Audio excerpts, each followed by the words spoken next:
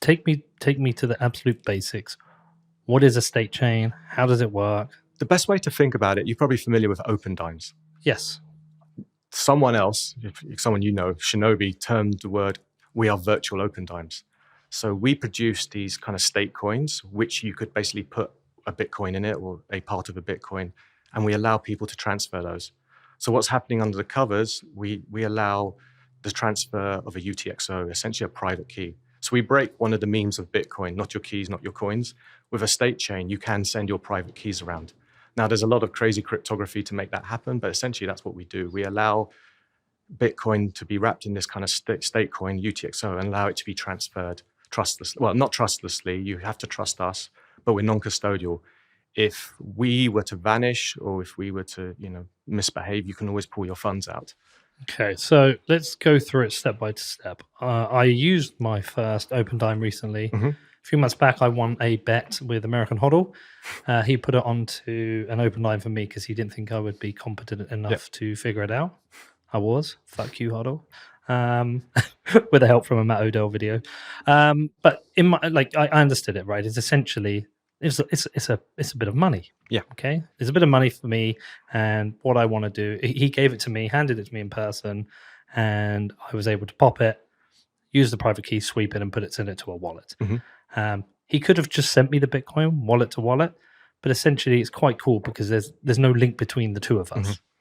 Mm-hmm. He essentially gives that to me. So I thought that was pretty cool. And I understand the process of how that works. I understand. If I'd have lost that open dime, that was quite a bit of Bitcoin that would have been lost. So that to me is a risk factor in that period between when he gave it to me and when I swept it. If my luggage had been lost, I would have lost it because I was traveling. But at the same time, it was quite a neat thing. I'm not sure how often I would give somebody half a Bitcoin on a open dime, but $100, $1,000, I think that's kind of cool. But I get how that works. I get the physical journey. I need you to take me step by step on the physical journey. Say I want to give Danny half a Bitcoin for 0.1 Bitcoin, and but I don't want to use an open dime. And the reason I don't want to use an open dime, he's in Australia, I'm in the UK. I don't want to send it from wallet to wallet. I guess that's the reason, right? Because you want to avoid wallet to wallet connections. You basically stay off chain. Yeah. So the way it would work, you would come onto the wallet, you would create a state coin. Essentially what's going on behind the covers, you're creating like an address with two private keys. You have one of the private keys and we have one of them, we being Mercury. That creates a kind of special like address, which allows you then to deposit like a Bitcoin into it, or 0.5 Bitcoin. Now, the key thing is if you want to transfer it to Danny would go onto the wallet, create a state coin address. And basically there's a kind of like a cooperation between you and the Statechain server to basically tweak your private key to generate a new private key for Danny. And then, there's some like cryptographic techniques that stop us from being able to steal the money and basically delete the previous key that was, referencing your key before it went to Danny. Right. There's a lot of stuff. There's a lot of stuff. We're going to go the Pete McCormack method. Yeah, sure. Okay. I go on to the wallet. Yeah. I want to send Danny half a Bitcoin. I click on create state coin. Yeah. Okay. And that interface creates that state coin that has no value. Correct. It is just a deposit address. Yes. Okay. And at that point, once it creates the deposit address, I can deposit my Bitcoin into that. Yes. In the background, there's two private keys. Yes. You have one? Yes. And I have one. Correct. What do those private keys do together or independently? Yeah, it's like it's not a multi-sig. It's called two-party ECDE DCDSA. That's a mouthful in itself. But essentially, with the two private keys, you're creating one public key, that's what exists on the Bitcoin blockchain. Okay. So that's which holds the Bitcoin. Okay. So then when you do a transfer, you tweak essentially the private key so that your private key is invalid. And now the relationship. Hold on. We're going to go back. Yeah. What can I do with my private key to that address? Can I sweep it back? Yes. At any point in time, you can basically take it out and redeem it, send it to an address you own. You can then stay in the state chain world and send it to other users. You can do swaps. Okay. So that and if I lose that private key, that state chain will permanently hold that Bitcoin. Yes. What does your private key do? Nothing. All we can do is cooperate with you.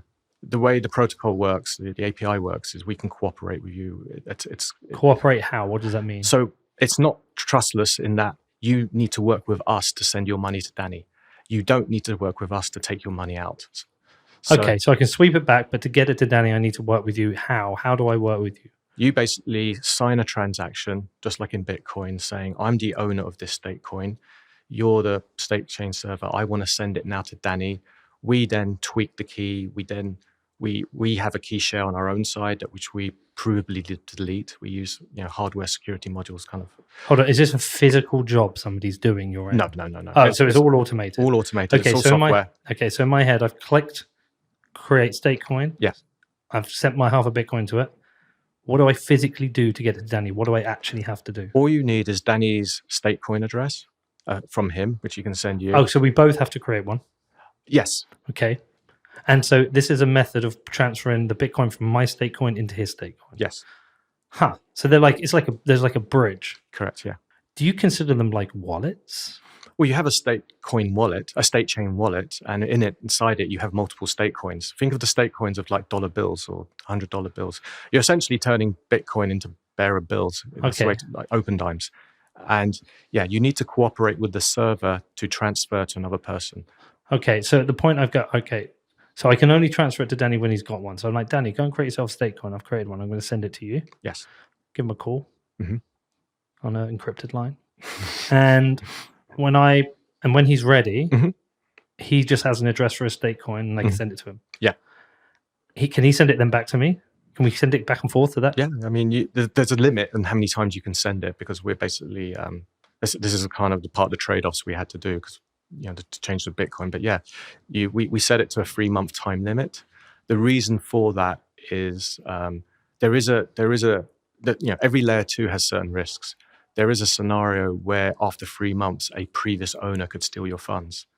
But you could solve that by having watchtowers, but then you have issues like what happens if the watchtower is not available when someone tries to do that. So we've just set it to 3 months. So in that 3-month period, you know that you can send it, it can be sent, and there's no risk of any previous owner taking the funds. Okay. I mean, so they're really one-time use. What happens after that 3 months? The wallet will automatically, if you're the owner of the state coin, the wallet, I think within 10 days or 7 days of that expiry, will automatically send a coin to an address you own, that address being owned by the private key you already created in the wallet. But you can send it within 3-month period. There is a decrementing time lock where the time goes down, but you can send it. Can we see it? Can we put it up and see it work? Is it possible? Yeah, we can see it. There's been a lot of demos on it. Yeah, let's have a look. Let's get one up, Danny. I want to see it. Actually, BTC Sessions did a show on it once. Okay, so there's an interface for me to send to Danny, which I put his state chain address in. At the point I put send, that's when your software does something. Yes. And your software tweaks it so my private key no longer works. Correct. And his private key does. Yes. So he's now the owner. I might be jumping ahead a little bit here, but I really don't want to miss it. How can you provably delete something? You said you provably delete your key. So we use an HSM on the back end. We built our own HSM based on Intel SGX. So one of the hardest things in software is deleting something. I mean, you go on your computer, it's quite easy to delete, but how do you prove to the outside world that you delete? Also, when you do HSM, sorry, a hardware security module, think of it as a server-side version of a ledger or something like that. But one of the, if you delete something on your computer, you don't necessarily delete it. You've deleted it, but it could still be in your cache. It could still be all over the place. Yeah. So we basically worked with HSMs, built our own, which is all open source, which provably deletes the key share. But even if we weren't to delete it, we can't steal that key is only allows us to cooperate with an owner of a state coin. Even the key alone, without it being deleted, can't steal the funds. So your key is different from mine. Yes. Mine allows me to withdraw. Yeah. Yours just allows me to transfer. Mine just allows me to cooperate with you. What about in a scenario where Pete was sending me half a Bitcoin? He sends it to me, and you obviously allow that transaction, however that works on your sort of private key side. Could you two then collude to get the money back? If it was before that 3-month period, we could, yes. If he hasn't swept it, yes. How do we do that? Because I thought at the point where it transfers to him, my key no longer works. Yeah. So if you were to transfer it to him, if the server was to misbehave and not delete that key share, and that 3-month period, has expired, then there is a scenario where we could, the previous owner could cooperate. But the wallet as such would never allow that because of we basically hard coded that 3-month period. And presumably, you have no incentive to do that. I get that. I'm just thinking. Also, one of the things I kind of said it at Bitcoin Miami, everyone thought it was weird. But if we were to cooperate, you would be able to prove that we misbehaved with Pete. Yeah. So we call it proof of scam, but you would know. and I'm probably getting caught up on something that's not important. But on the provably delete side. Mm-hmm. And this might be way oversimplified, but could you, if it's a private key on your computer, could you not take a picture with your phone and then provably delete it, but you still have a picture of the private key on your phone? That would assume that we've got a copy of the key. We use an HSM, so the key is never actually. An HSM is basically hard to explain it. It's a security mod. It's a hardware security module where the key lives inside. Right. So you don't actually interact with the key. No. But is there any way if you wanted to? No. You can't go in there and have a look at that key. We can't. I mean, look, there are stories of HSMs being broken, and that's well known. But that's the way kind of custodial systems work. They have these HSMs, so you can't really take the key out. But there could be a side channel attack. There could be an attack on the HSM where the key was stolen. And is everything you've done open source? Yeah, 100%. All been reviewed? Yeah, I mean, we try and get community looking at it, but it's all open source. Yeah. And the thing is, I could collude to try and steal my Bitcoin back, but why would I do that to you? Well, because you could. I mean, the other thing is it could be a hacker, presumably. But I mean, Mercury have no incentive, I guess, because their business is over at that point. Yeah, and you got that 3-month window, so there'd have to be a lot of things going wrong. It's not just one attack vector; there's quite a few. Yeah, but it's interesting. Let's see this. I think I've used Mercury Wallet a long time. How long's Mercury Wallet been around? I think we only really went live in February. I mean, we've been talked about for a couple of years. Maybe we don't need this bit. Okay, so that's the bit creating the wallet. Connecting to swaps. Is that what you call it? Swaps is basically if you want to meet with a group of people and swap your coins. I mean, can I call it what I think it is? It's like if I went down the pub with Danny and you, and we all had £20 notes and we swapped them around. Yeah, and put them in a jar and shake it. I mean, it's blinded, so you don't know who you swapped with. You just know you swapped with someone of the same denomination. Okay. And that was really to get a first use case out of Statechains. We didn't want to build. There's been quite a few white elephants in Bitcoin, technology that's built, but no one found a use case. Hold on, so does swaps use the same technology? Yes. So the reason we built swaps, and it was just pure timing, at the time we decided to go with Statechains. Coin swaps had been around for a while. The idea was done in 2013.